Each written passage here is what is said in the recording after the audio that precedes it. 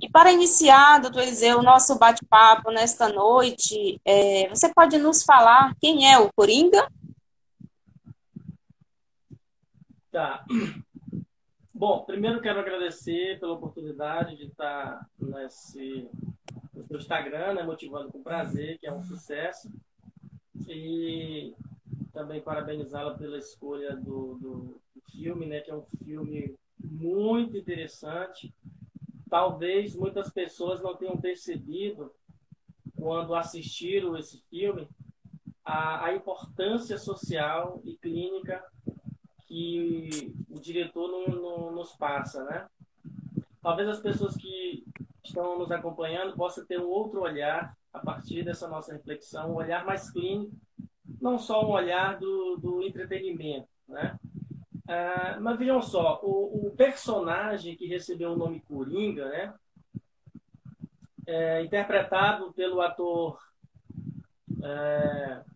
Joaquim Fênix, no filme ele recebe o nome de Arthur Fleck, né? Ele é um Coringa, significa palhaço, né? E ele trabalha como um palhaço alugado, né? Ele trabalha para uma empresa que aluga palhaço para os empreendimentos. E esse palhaço, que recebe o nome de Coringa, né? Ele é uma pessoa que vive um pouco intimidado, ele vive desconsiderado pela sociedade, né? Da sociedade da cidade dele, né? Que é Gotham City, né? Uma cidade com diversos problemas sociais, desemprego muito grande, pobreza extrema, muitos comércios fechando, muitas pessoas desempregadas, muitas pessoas passando fome, uma situação bem, bem delicada. E ele tenta sobreviver nesse cenário, né? Então, o Arthur, que é o ator que interpreta o Coringa, né? Ele é muito bom porque o filme, na verdade, em si, ele é desconcertante, né? Ele é inquietante. E o diretor é muito bom porque ele acaba mexendo com a gente mesmo. Ele consegue mexer com a nossa alma. Não tem como a gente não ser mexido e, de uma certa forma, ficar até um pouco melancólico. Porque logo no início do filme, a gente vê que o Arthur, que é esse palhaço, está ali pintando o rosto, né, no espelho. E dá para perceber que ele está sozinho ali, isolado, trabalhando só. Tem outras pessoas lá, mas ele está sozinho, isolado. E ele tenta forçar um sorriso ali, e aí a gente vê que naquele momento que ele tenta forçar o sorriso, uma lágrima escorre. E eu achei essa cena assim, doída, na verdade, sabe? Assim, ela mexeu profundamente com a minha alma, porque ele tenta forçar um sorriso, a gente já percebe a expressão ali do personagem, uma expressão triste, e aí a lágrima escorre. E é justamente esse personagem que vem mexer com a nossa vida, né? Nesse sentido. E é muito interessante ele estar isolado, tentando forçar esse sorriso, que é o que acaba acontecendo com a gente, né? E o Coringa, ele também tem várias dificuldades, além de ser pobre, né? Aparentemente ele tem problemas mentais, que a gente depois vai falar um pouco. Ele é uma pessoa que tem dificuldade de se comunicar, né? E apresenta um comportamento. A gente vai ver no filme que em vários momentos ele apresenta um comportamento assim um pouco infantil, um pouco infantilizado, né? E por conta disso, ele ser um pouco diferente das outras pessoas, ele acaba sendo ridicularizado pela sociedade, pelos próprios colegas que trabalham com ele, pelo patrão dele. E ele é agredido não só fisicamente, como verbalmente, e com todas essas coisas que vão acontecendo, ele acaba se isolando cada vez mais, com essa rejeição social. Ele não sabe como lidar com isso e acaba se isolando, e a gente vai percebendo uma tristeza profunda que toma conta do Arthur Fleck, que é o Coringa, que está tentando, na verdade, sobreviver. Esse é o nosso personagem. É verdade. Doutor Eliseu, existe alguns comentários, as pessoas comentam bastante que o Coringa seria um psicopata. Isso é verdade? Não.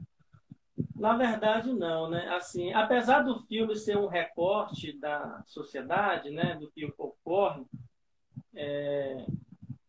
a gente vai percebendo que ele tem um transtorno mental, tem um problema mental, precisa de ajuda psiquiátrica, mas ele não é um psicopata como algumas pessoas pensam, né? Que muitas pessoas falam, ah, ele mata sorrindo, não é por aí, é falta de conhecimento. Daqui a pouco a gente vai falar sobre isso. Mas ele não é, porque vejam só, o Coringa, a gente observa que o personagem apresenta estados de psicose. Ele encontra em estados de psicose onde ele tem fantasias, ele tem alucinações, e nesses estados psicóticos, ele começa a perder o contato com a realidade. É diferente do psicopata. Porque, vejam só, o Coringa ele não é um psicopata, por quê? Porque ele, dentro da psicanálise, nós temos, existe uma estrutura de grupos, né, que são os psicóticos, os neuróticos e os perversos. Nesse caso, pelo recorte que o filme apresenta, o Coringa está enquadrado dentro da estrutura psicótica. Ele apresenta um quadro de psicose. A psicose, ela está dentro da psique do ser humano. O psicopata é diferente. O psicopata, ele não é psicótico. Ele não perde a noção da realidade. O psicopata, o problema do psicopata, da psicopatia, está na personalidade. Então, são campos diferentes. O estado psicótico que o Coringa apresenta está dentro de uma doença psíquica. E o psicopata, ele está dentro da esfera da personalidade. Então, o sujeito tem uma personalidade psicopática, que não é o caso do Coringa. E no caso do Coringa, o estado que ele se encontra de doença mental tem tratamento, é uma doença crônica, mas tem tratamento ao longo da sua vida através da psicoterapia, da medicação. No caso do psicopata, não tem tratamento. E não tem cura também. Nem cura, nem tratamento. Muito bom. Existe também, a gente ouve muitos comentários, sabe, doutor Eliseu? E eu vi algumas pessoas comentando que pessoas com transtorno mental, elas são perigosas, muito violentas, é como se elas fossem, para as pessoas comentam, como se fosse muito perigoso manter ali por perto. Você poderia falar para a gente um pouquinho sobre isso? Bom, dados científicos apontam que não. Né? E vejam só, no campo das pessoas leigas, ou pessoas que pensam que sabem de alguma coisa, eles vão falar que sim. Mas a doença mental ela não está associada a transtornos psiquiátricos, a criminalidade, né? A doença mental não está associada à criminalidade. Foi essa a pergunta, né? Isso. Pois é. Aí vejam Alguns só. comentam que eles são muito perigosos e que são perigosos para a sociedade, é perigoso estar perto. Eu ouço alguns comentários, né? Vejam só. Esse tipo de comentário é um pouco perigoso. Por quê? Porque nós já vivemos numa sociedade extremamente preconceituosa, uma sociedade extremamente discriminadora, e por isso que a questão do transtorno mental ainda é um tabu para ser falado. O nosso país é um país que não leva o transtorno mental a sério. Tanto que o preconceito é tão grande que as pessoas, quando estão enfrentando alguma crise psicológica, né, na área da saúde mental, muitos têm vergonha de recorrer a um psiquiatra, a um psicólogo, a um psicanalista. Muitos têm vergonha de ser visto entrando em um setting terapêutico para fazer uma terapia. Não quer que os amigos saibam. Por quê? Porque existe esse preconceito, né? E aí existe esse outro estigma também de que as pessoas com um transtorno mental, elas são extremamente violentas e também elas acabam sendo associadas à criminalidade. Mas como eu falei, dados científicos estão cada vez mais apontando que não. E primeiro que os crimes que a gente observa são cometidos quando a gente compara as pessoas que cometem crime, pessoas violentas, com pessoas que não têm transtorno mental e com aquelas que têm, o índice é muito grande. Assim, a diferença é alarmante. Por exemplo, existem vários países que foram pesquisados, e, por exemplo, na Escócia, na Alemanha, na Islândia, na Universidade de Harvard, em Cambridge,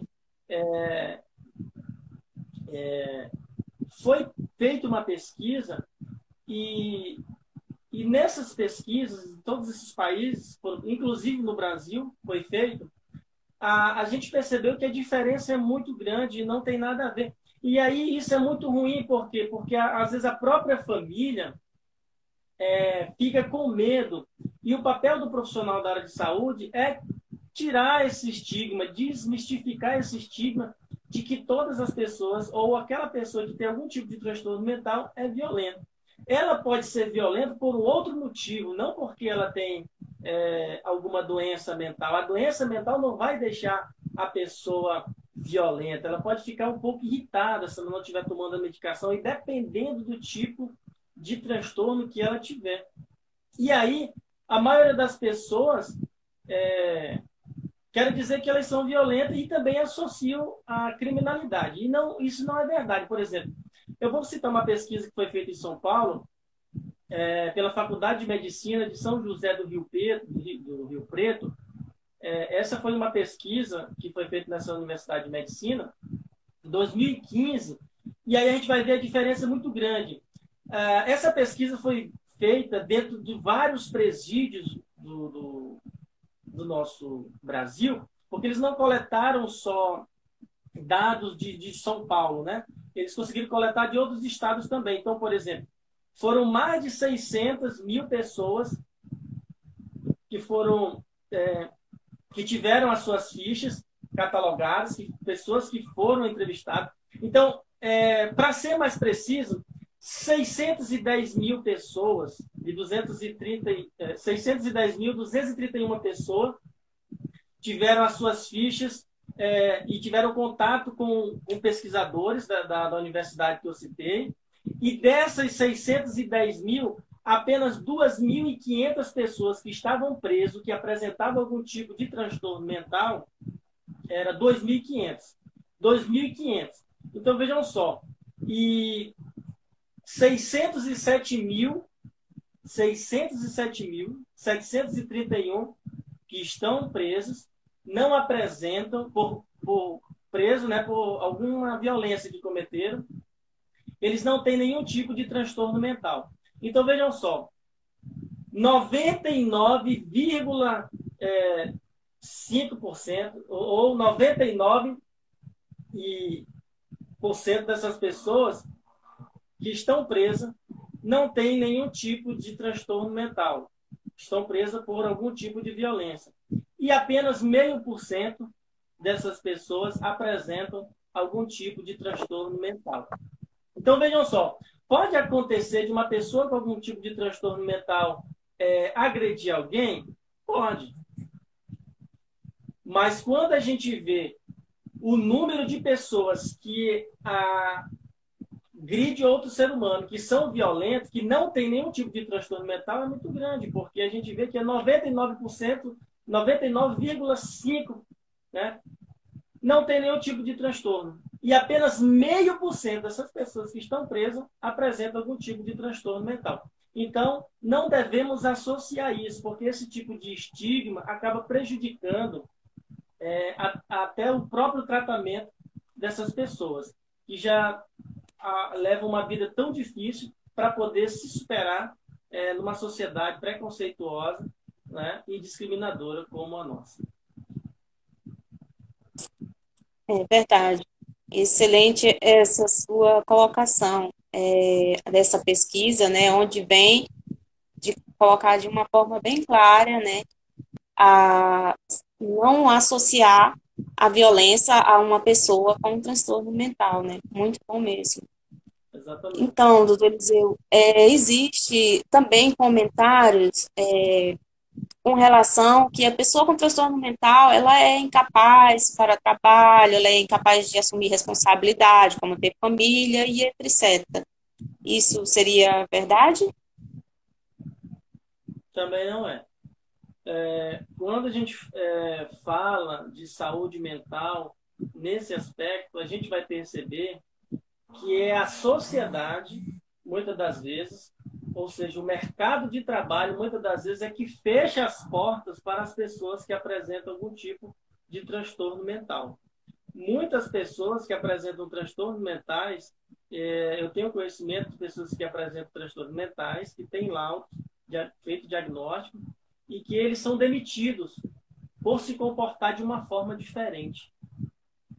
Por eles serem diferentes. Então, e o filme do Coringa vai mostrar isso. Ele trabalha, né? Ele trabalha, ele tem uma família que é a mãe dele, né? Ele se esforça e a gente viu lá no filme claramente que os amigos deles, ele sofria bullying com os amigos do trabalho.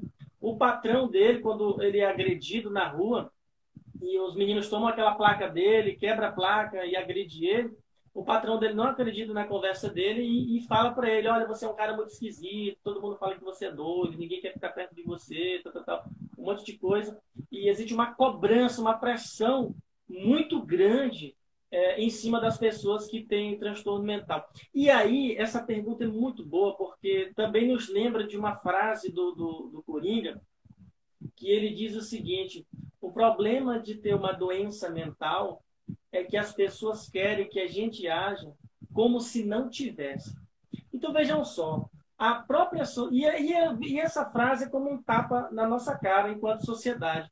Porque nós falamos que as pessoas com doença mental precisam se tratar, que tem que se tratar, que a gente tem que ter um olhar acolhedor, mas quando a gente observa que elas apresentam algum tipo de comportamento diferente, nós, às vezes, somos os primeiros a criticar, né? Então, se a pessoa tem uma doença mental, ela não vai se comportar igual os comuns iguais.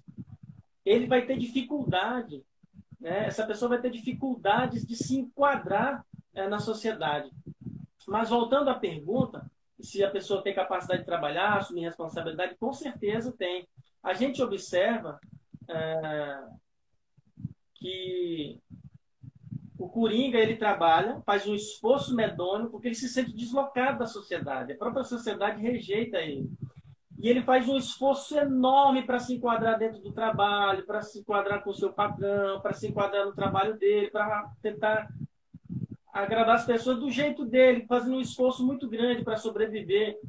E além de trabalhar, ele cuida da mãe dele, e ele cuida muito bem, com carinho. Quando chega em casa, depois de um dia de trabalho, ele vai fazer a janta dela, ele dá o banho nela, ele vai colocar ela para dormir, ele assiste um pouco de televisão com ela. São cenas muito comoventes e muito reais, né? Assim, então, vejam só, além de ele trabalhar, ele tem uma responsabilidade com a própria mãe, né? E ele busca sobreviver como um palhaço, né? Como eu falei, a vida dele é esse trabalho de palhaço que ele tem. Aí ele é obrigado a fazer um tratamento psicológico, né? Ou seja, ele tem que comparecer regularmente com o assistente social, né? Porque ele já tinha sido preso antes, num sanatório. O filme deixa claro isso. Numa das conversas com a assistente social, ela pergunta para ele, você se sente bem vindo aqui para conversar comigo e tal?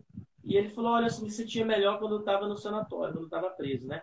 Então, o fato de ele estar indo lá regularmente, fazer essa sessão com ela, e ela, para que ela pudesse prescrever a medicação para ele que ele precisava, né?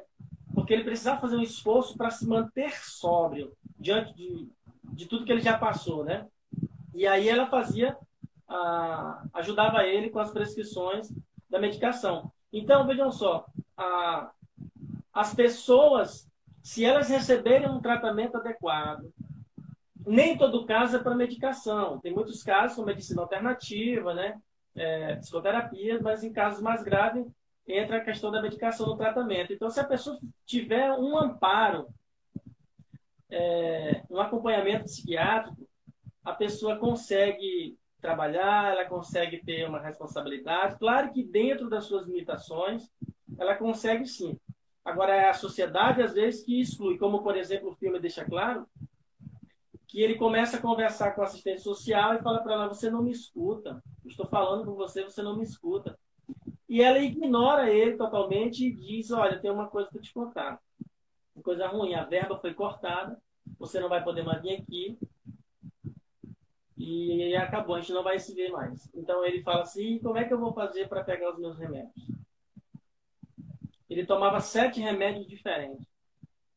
Então esses remédios controlados são caros. E aí ele fica preocupado. Por quê? Porque ele quer se manter sã. Né? Ele quer manter a sua sanidade para poder seguir a sua vida, cuidar da sua família, da sua mãe. Mas o que a assistente social fala para ele? Fala que o governo está cagando para pessoas como ele. E a partir daí, ele começa a perder cada vez mais o contato da realidade, porque ele não comparece mais lá e não pega mais a medicação, e aí a situação dele começa a piorar. Né? Nesse sentido, é muito importante a gente falar que pessoas com transtornos mentais, muitas das vezes, elas se sentem igual o Coringa. Como que o Coringa se sentia? Ele se sentia uma pessoa fracassada, completamente. Ele tinha muita dificuldade de se adequar ao mundo convencional. E ele tinha um grande sonho, que era ser comediante. Então, a sociedade ela não está preocupada com o sonho de alguém, a sociedade não está preocupada se a pessoa tem dificuldade de se relacionar, a sociedade não está preocupada se a pessoa se sente bem ou se sente mal, como a pessoa se sente. Não quer. E esse diálogo com a assistência social é muito interessante, porque a gente vê que isso acontece na realidade. Né? Então, ele só recebe não, na verdade, né? Assim, ele só recebe não. E aí ele vai cada vez mais se isolando. A gente vai perceber no filme que ele vai se isolando, porque o estado de sofrimento psíquico é tão grande que ele começa a se isolar. E nós somos programados para socializar, para ter relações com outras pessoas, relações saudáveis. Quando isso não ocorre, quando você não consegue se conectar com outras pessoas, a gente vai agravando sérios problemas emocionais. Né? E aí, o que acontece? Ele perde contato com o medicamento, perde o acesso, né? A doença começa a piorar, e aí ele se encontra sozinho, perdido e sem saber o que fazer. Então, como eu falei, se a pessoa tiver um acompanhamento, se ela estiver fazendo um tratamento, se ela tiver um suporte que ele apoie, com certeza ela consegue. Agora, se ela for só rejeitada, maltratada, excluída, ridicularizada, aí, claro que a pessoa tende a piorar. E num estado de surto, a pessoa pode vir cometer algum ato de violência.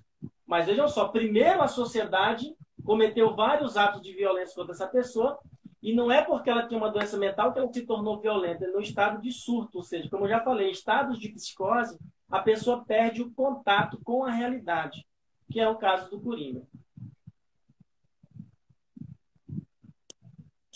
É verdade. Eu ouço alguns comentários e eu assisti também, doutor dizer, o filme, né? E é muito forte. E as pessoas comentam assim que ele era de alta perigosidade e que tinha prazer em matar as pessoas, porque todas as vezes que ele matava alguém, ele sorria muito. E alguns comportamentos que ele tinha com relação a isso, as pessoas associavam que ele tinha prazer. Que o senhor poderia falar para a gente sobre isso, doutor Eliseu? Bom, quando o Coringa descobre que ele não é filho da mãe dele, que ele é adotado e que ele não é filho do poderoso, aquele grande empreendedor Thomas Wayne, ele fica completamente decepcionado. Porque a única referência que ele tinha na vida dele era a mãe dele. A única pessoa que ele confiava completamente era ela. E aí ele descobriu que ela mentiu para ele. Então aquilo foi muito... Aí quando ele está no hospital, conversando com a mãe dele, ele descobre, né, e tal, tem todo desenrolar. Não vou dar muito spoiler aqui, né? Pode ter alguém que está nos assistindo não assistiu o filme ainda.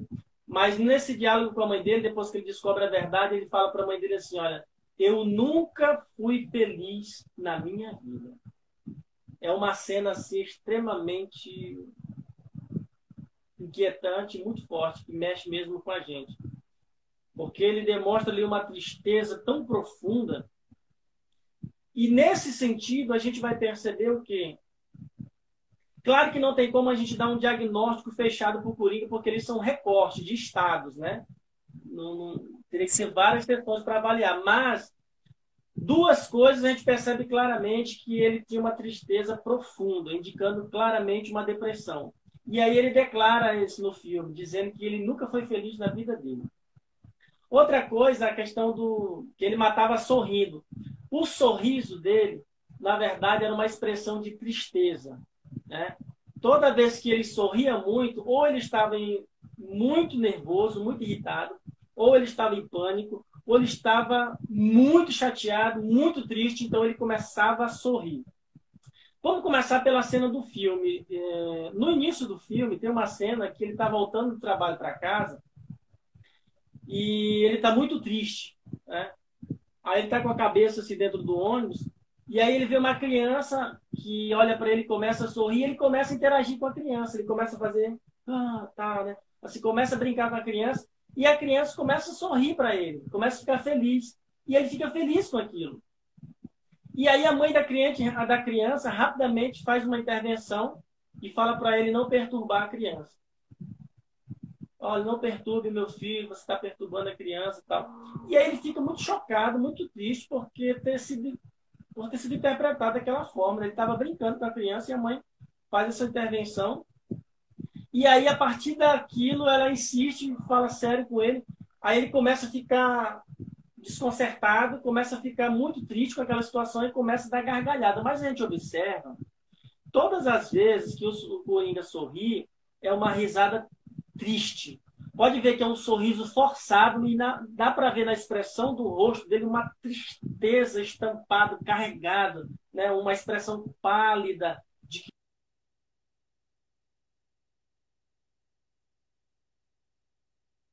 Aí, naquele momento,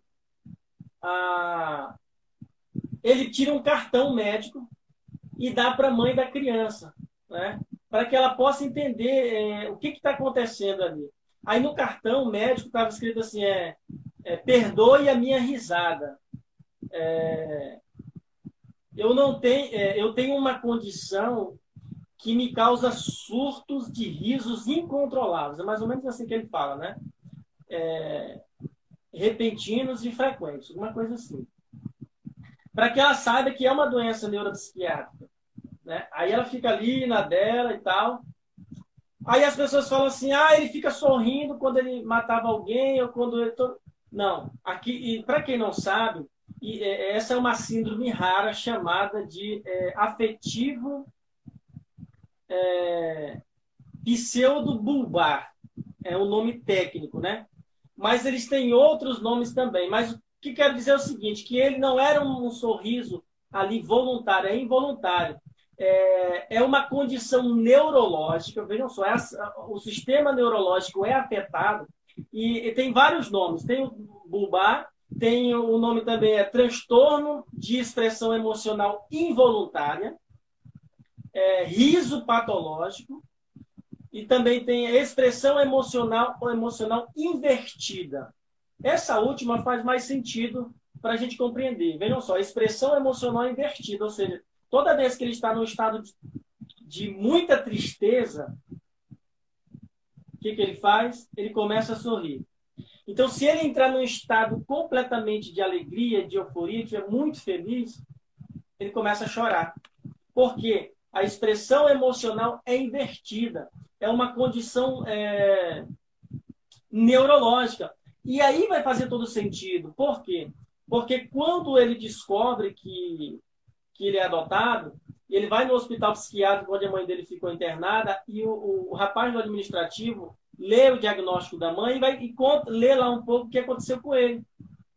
Que ele foi adotado, que quando o serviço social encontrou ele, a polícia na casa dele, né, a mãe dele foi lá, a polícia foi prender a mãe dele, ele estava amarrado a um radiador, ele foi espancado, estava cheio de escoriações e tinha um trauma na cabeça. E essa doença, geralmente, ela acomete pessoas que sofreram algum tipo de trauma na cabeça. Esse tipo de trauma, que vai gerar esse transtorno neurológico, justamente da expressão emocional invertida. Mas claro que não é só a questão neurológica do trauma, de uma lesão que acontece, uma lesão no cérebro. É acometida por causa desencadeada também, principalmente pela depressão, que geralmente pessoas com estado grave de depressão desenvolve isso. E existem algumas pessoas que apresentam uma predisposição a desenvolver esse transtorno, que é raro, mas tem. Por exemplo, pessoas que tiveram AVC, pessoas que tiveram algum tipo de tumor cerebral, esclerose múltipla, Alzheimer, Parkinson, ou algum tipo de trauma na cabeça. Podem desenvolver esses sintomas. E aí, esse transtorno, né? É interessante porque o Coringa, ele não lembra da infância dele. Ele acha que é filho da mãe dele e acredita nas histórias que a mãe dele conta, porque ela também tem uma doença mental. E ele não lembra da infância. Ele não lembra que foi adotado, ele não lembra que era espancado pela mãe. Tem todo um histórico de negação da infância, né? Ele não teve um pai que lhe ajudasse e tal. E aí a psicanálise do Freud vai explicar que justamente essas lembranças traumáticas foram para a zona do inconsciente para proteger ele mesmo dessas lembranças muito dolorosas, né? Mas aí depois ele vai lembrar através do relatório. Então ele não matava, não é porque ele matava sorrindo que ele era psicopata, não. Ele sorria todas as vezes que ele estava muito triste ou muito irritado, né? Aí vinha essa expressão involuntária e invertida, né? Ou seja, as emoções se invertem. Sim, ele investia, né, as emoções nos momentos. Doutor Eliseu, Sim, pode falar. E existe uma questão interessante também, né? Que a mãe dele sempre falava que ele tinha que sorrir, né? O apelido dele era Feliz. Você tem que sorrir toda hora. Você nasceu para fazer as pessoas felizes e tal. Então, mesmo ele triste, a mãe dele incentivava ele a sorrir toda hora, né? Toda hora você tem que sorrir. Mas ele sorria muito pouco, assim, quando queria fingir. Mas quando ele estava muito triste, muito irritado, e via aquela gargalhada, que até mesmo ele colocava a mão assim no pescoço, às vezes, no rosto, para tentar controlar, mas não conseguia. Era uma tristeza muito profunda. Então, a questão é séria, né? Não é uma questão de psicopatia, é doença mesmo, né? Entendi. Doutor Eliseu, para nós finalizarmos essa entrevista, esse nosso bate-papo, está muito bom. E eu queria ver se você teria uma dica, alguma sugestão para pessoas que sofrem desses transtornos, ou família, né? Como seria, levaria para onde, como iniciaria o acompanhamento para que essa pessoa tivesse uma melhor qualidade de vida. Vejam só, é muito complicado a questão da saúde mental, né? Assim, por quê? Porque geralmente quando a gente apresenta algum tipo de dificuldade psicológica, mental, ou a gente começa a mudar o nosso comportamento, a própria pessoa tem dificuldade de se reconhecer, ela não se reconhece enquanto uma pessoa que precisa de ajuda, né? Que é a fase da negação. E aí é muito importante a presença de um parente, de um familiar, de alguém que convive, que começa a perceber esse tipo de comportamento diferente ou até discursos diferentes, desconexos, de começar a aconselhar essa pessoa para que ela possa ir ao médico, cuidar da saúde, não falar diretamente, você está com problema mental, você está ficando doido, esse tipo de discurso que mais agride do que ajuda, né? Mas acolher a pessoa e falar, olha, será que seria bom você fazer um check-up, né? Ver como é que está o coração, ver como é que está a cabeça, fazer alguns exames, procurar um neurologista ou um psiquiatra. Se você sente muita dor de cabeça, se você está percebendo que está muito agoniado da cabeça, os pensamentos estão desorganizados, enfim, para dar esse suporte, mas usar uma linguagem leve, amigável, né? Não um discurso é, que agride o outro. Tem pessoas que falam, você está nessa situação porque você quer. Eu também já passei por isso e superei. Isso não é ajuda, né?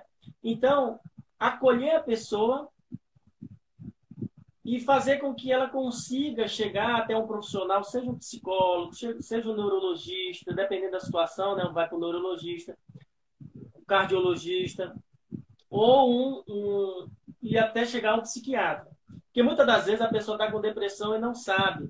E aí os sintomas que ela sente muito é o que? Ansiedade, coração acelerado, às vezes taquicardia, e às vezes o próprio cardiologista vai perceber, que às vezes no exame não vai acusar, e ele vai perceber por quê. A depressão, ela é uma das hospedeiras de vários tipos de doenças psicossomáticas, né? Então, ela dá outros sintomas e a pessoa vai, faz os exames e não acusa aquilo. Às vezes não é problema de coração, às vezes não apresenta nada numa ressonância. Então, o próprio profissional vai conseguir encaminhar essa pessoa para um psiquiatra ou para um psicólogo. Mas é importante procurar ajuda. Se a pessoa perceber que ela não está bem, não é vergonhoso pedir ajuda, entende? A gente não pode ficar pensando que quem procura ajuda profissional, uma ajuda médica, porque lembrando que quem vai dar o diagnóstico é um psiquiatra, é um neuropsiquiatra, né? Que vai dar o diagnóstico. Agora, os acompanhamentos pode ser com o psicólogo, né, tal, psicanalista. Mas o neuropsiquiatra, ele vai fazer o diagnóstico, vai fazer o levantamento e vai auxiliar essa pessoa. Dependendo da gravidade, pode-se receitar uma medicação. Dependendo, mas é o médico que vai avaliar. Mas é importante que nós, enquanto sociedade, não apontamos o dedo para o nosso semelhante, né? E para dizer que quem apresenta algum tipo de transtorno mental ou está passando por uma dificuldade psicológica quer dizer que a pessoa é fraca, que a pessoa é preguiçosa, que a pessoa está assim porque ela quer. Não. A gente não pode pensar assim e nem deve ter vergonha de buscar uma ajuda, porque, por exemplo, muitas pessoas têm problema de hipertensão, né? Pressão alta. Mas a pessoa não tem vergonha de ir ao médico, ir lá, pegar um remédio e se consultar. Tem pessoas que têm diabetes, a pessoa não tem vergonha. Mas quando fala na questão da saúde mental, aí já dá um travamento na gente. Por que às vezes a gente fica intimidado? Por conta da sociedade, que às vezes acaba julgando e colocando um estigma. Então, busque ajuda. A família é importante, né?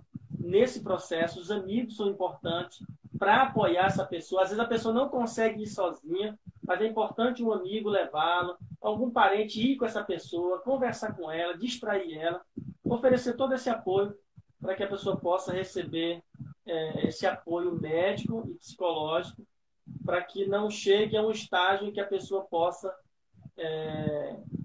em estágios mais graves, até cometer um suicídio, dependendo da situação, né? Então, o mais adequado é procurar ajuda profissional. Ok, Tuizeu, obrigada.